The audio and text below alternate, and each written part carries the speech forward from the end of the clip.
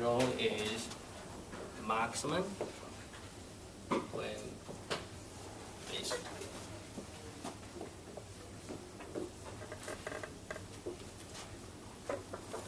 So the shear strength is 0 at the center.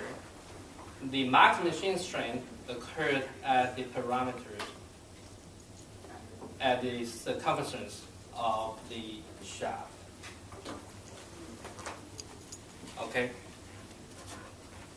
Why is the convention not to use radius? Not to use radius. Yeah, why is it called Yes. C? It seems like it's a radius. The radius, this one. Basically, this No, is C looks like it's a radius. C is a radius. And the reason why we didn't use the C An R. at R. Oh, yes. Okay. You can use R. But here I just try to follow our textbook notations. Right, I'm curious why the textbook doesn't use R for either C or for P. I think textbook use rho. They use rho and they use Yeah. C.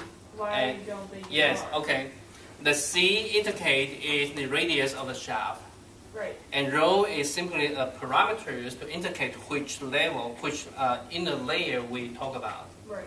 And I think here, if we wish, you can use the rho. We can use R to replace rho here. That's just a symbol. So there's no significance to this not. It seems like it would just be clearer. if R, you could just call that's it a radius. R Yeah. than And adding- for why we use C, because that is a parameter. Once we pick the shaft radius is given. So we say the C, the radius of the shaft C equal to something. If we say the radius of the shaft R equal to something, R sometimes is more generic, more parametric. And C is a constant, more constant sense. Right. Okay?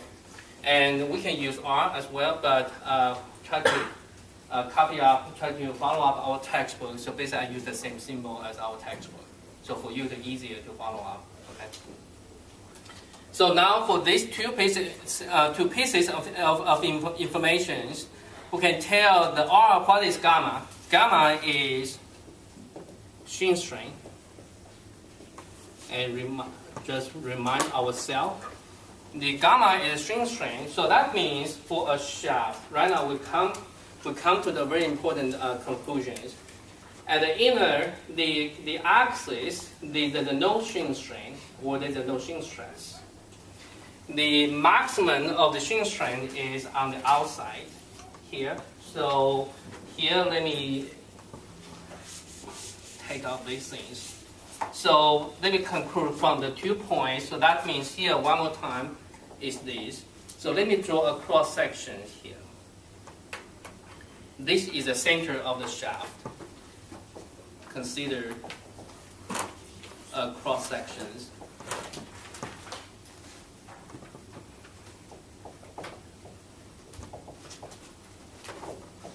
In the shaft. So then let me make up the one radius. So the outside, the radius, the size is C, and at any point that is rho. We measure from here to here, and that is rho. Okay, and rho is varying from 0 to maximum is C. If that would be the hollow shaft, so this is for in solid. And for example, in hollow shaft, then this is the inner core. So here, this is C1, or this is CO, the outer radius, and this is the number here is say C in CI, the inner radius. So in this case, the rho will be, for this case, the rho will be between CO and CN. Okay, for this case, the rho will be between 0 and C. So that is a range. And now I want to conclude the whole thing. So for example, if this is the direction of the torque we applied on that cross section here, then you can see this will be the maximum gamma, which will have a maximum value. Gamma maximum value here in our calculation using this formula is C times V over L.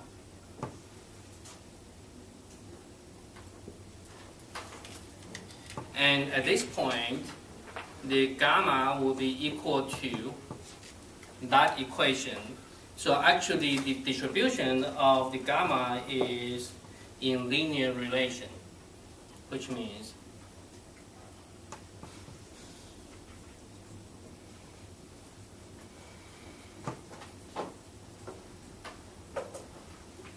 distribution of the shear strain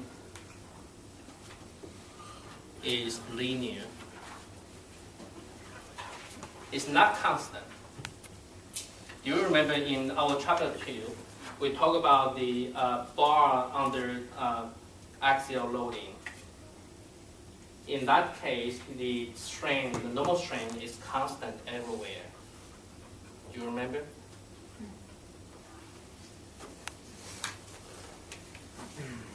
In chapter 2, we have this loading case, P, and delta equal to PL over EA. And strain, normal strain equal to delta divided by L equal to P over EA.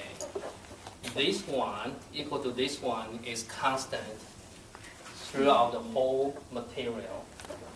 That is so different. For this case, this is a strain, this is strain. The strain is not constant anymore, it's linear.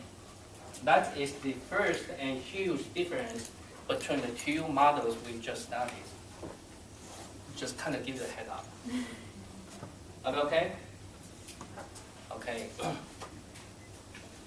So with those things, let me redraw one more time this figure to summarize what we have done today.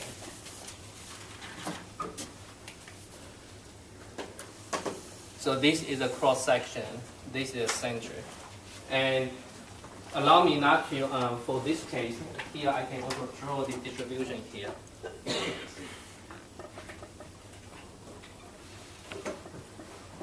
Okay, so that is the distribution. So this is a profile of the normal strain. So here, let me, without the losing the how to say, generality or whatever. So this is the torque we applied. So again, we simply draw any radius we like. And then at this point, this is our shear strain, gamma maximum at the outer surface. And this one is tangent to the point on the surface. Once we determine the maximum, then we simply draw the linear line, and this will give us the profile. So these will be the distributions of the shear strain at any point inside the material. The directions of the shear strain is to make the same circulation of the given torque. Will be okay? So this is the summaries. And here, one more thing. This one, if I multiply with G, that will give us this stress, right? So this one will be equal to G times gamma max. Let me copy the information here. GC V over L. So gamma, tau, for example, tau here will be equal to G times gamma equal to G rho V over L. And 5 more minutes, I'm going to come up with the only equation in our chapter 3. And Monday we have a test. Wednesday back, I'm going to give you some examples. Okay. So now when we come to the whole things. So assuming this is a small area, let me call it dA. And dA is located from the center by rho. Okay, that is our generic model, like this one I just erased there. If I do the surface integral, so tau times dA, that gives us is the small force, small shear force. This is a small shear force. Let me call it dF. Okay. So the small shear force multiplied with the distance. This is we call the small torque or differential torque. So this represent is the small torque that contributed from this element here. If we do the surface integral around the whole cross section, so that means I do the surface integral of the entire cross section.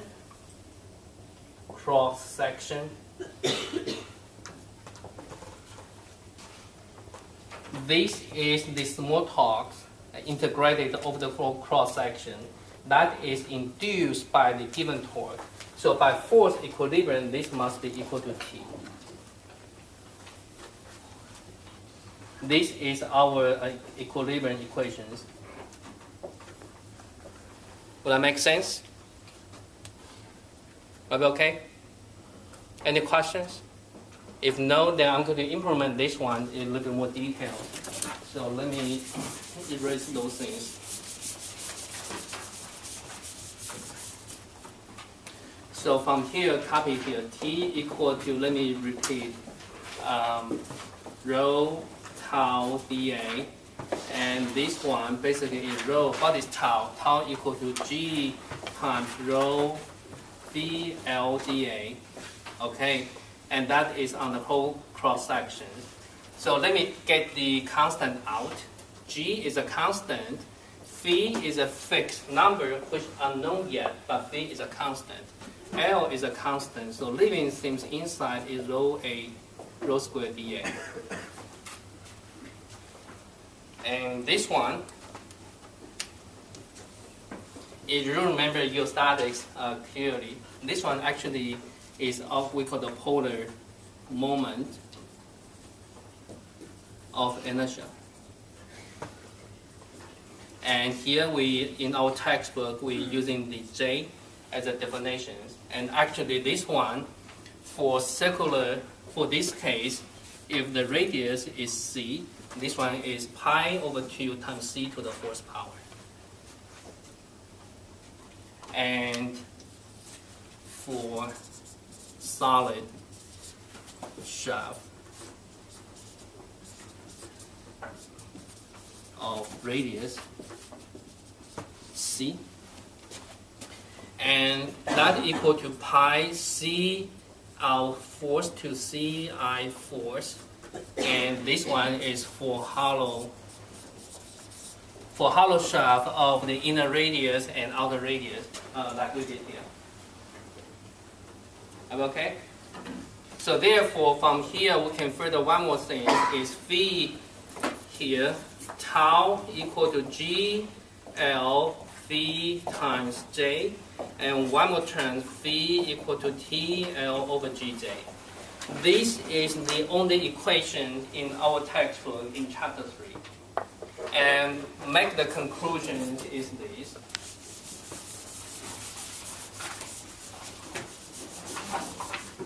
This is our chapter 2.